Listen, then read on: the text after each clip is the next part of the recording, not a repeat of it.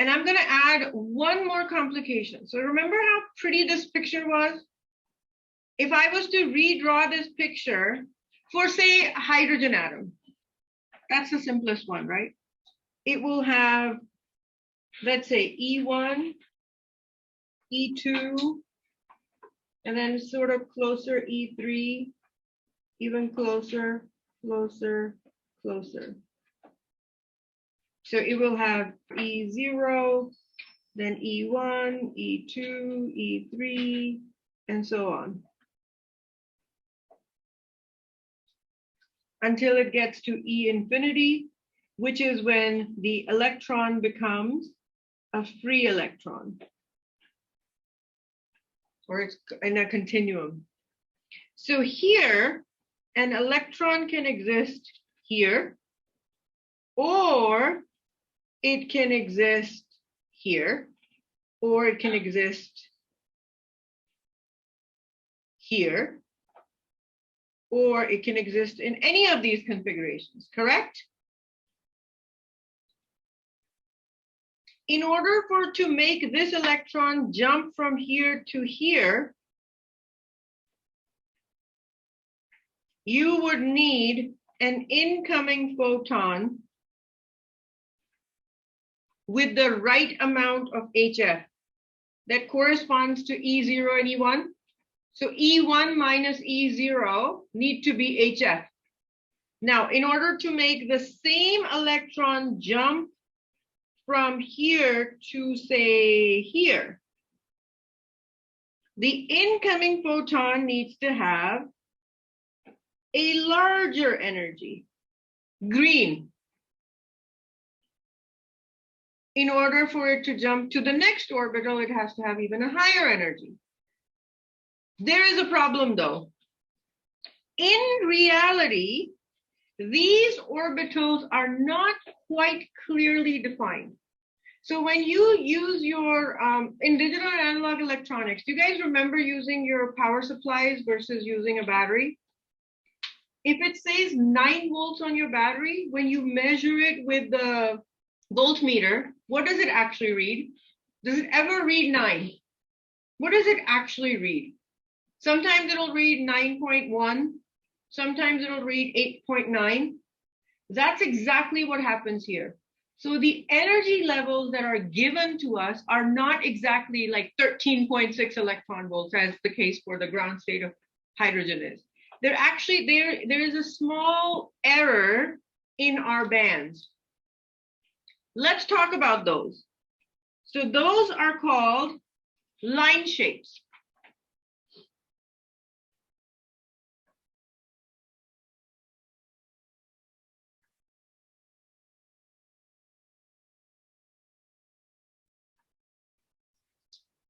So in the ideal case that we were looking at, all your energy levels had these two levels, right? So they were like this, all nice and perfect. So if this was E0, this is E1, this is E2. However, in reality, each of them has a tiny little area around it where the electron actually exists.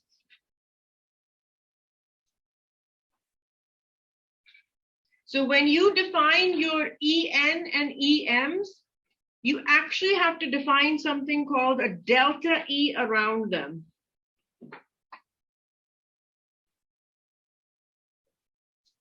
So suppose if I call, in general, if I call this state my, so I'm going to erase these and I'm just going to call them En and Em. So if this is my En and this is my Em, then there will be a tiny delta En and tiny delta Em around it. So the actual photon energy that's coming in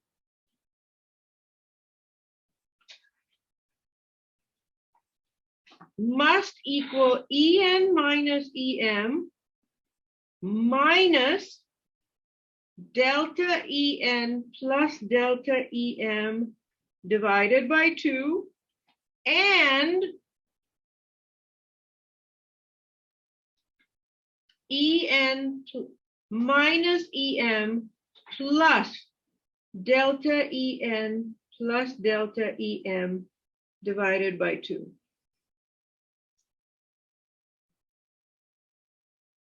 So it must lie in between these two lines.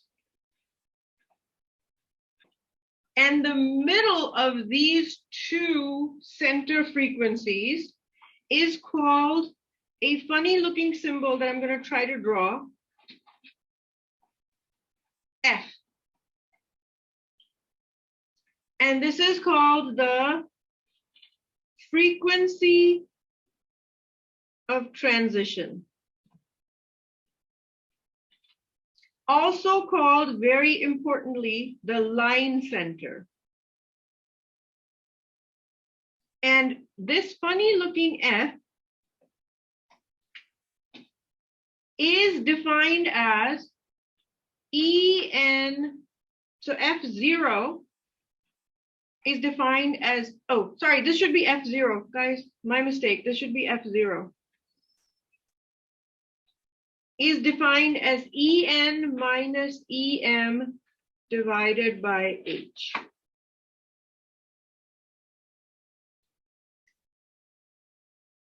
And this is called the line center. So if I am looking for incoming photons, may I write this energy as HF? HF to some other photon energy slightly above HF. So that means my EF, my F, we can say that only the field with the given frequencies will be able to have a significant interaction with the pair of atomic level with energies En and Em. So in fact, your F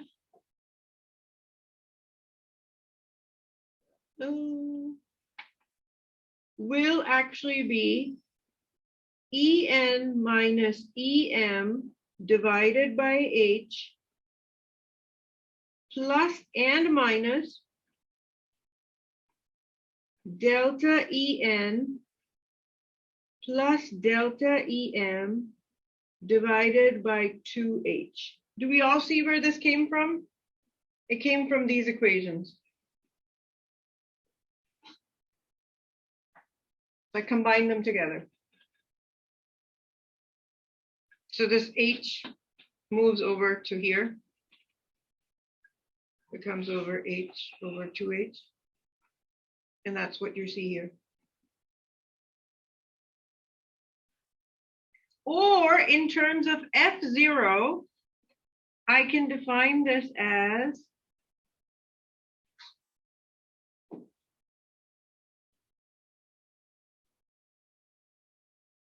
plus minus delta F divided by 2. Where this is called the frequency line width associated with transitions between a pair of atomic levels. And it is defined as delta S equal delta En plus delta Em divided by H. One last thing I want to talk about before we stop is the probability. The likelihood of the atom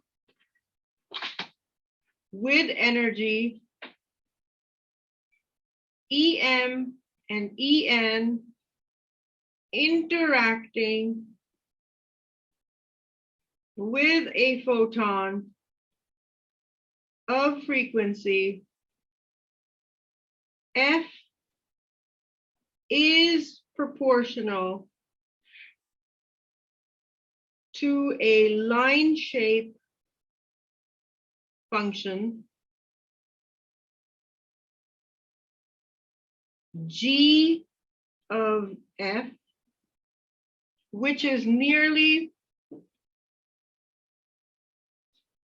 a symmetrical function of width delta F, and it peaks at F equals F0. Mathematically given as integration of all F's, G as a function of F, D equals 1. People in quantum mechanics, this is like integrating over all space. The probability that a particle exists anywhere in the universe over all space is always 1. Right? So the picture that arises when you do that looks like, what do you think, guys? Probability function? What should it look like? Where this is the center, which corresponds to the funny looking F0, and this is your delta F, funny looking F, and this is also called, and then this function is the G as a function of that funny F. This is also called the full width half max of line shape function. We've seen these in the Gaussian pictures before, right? Full width half max.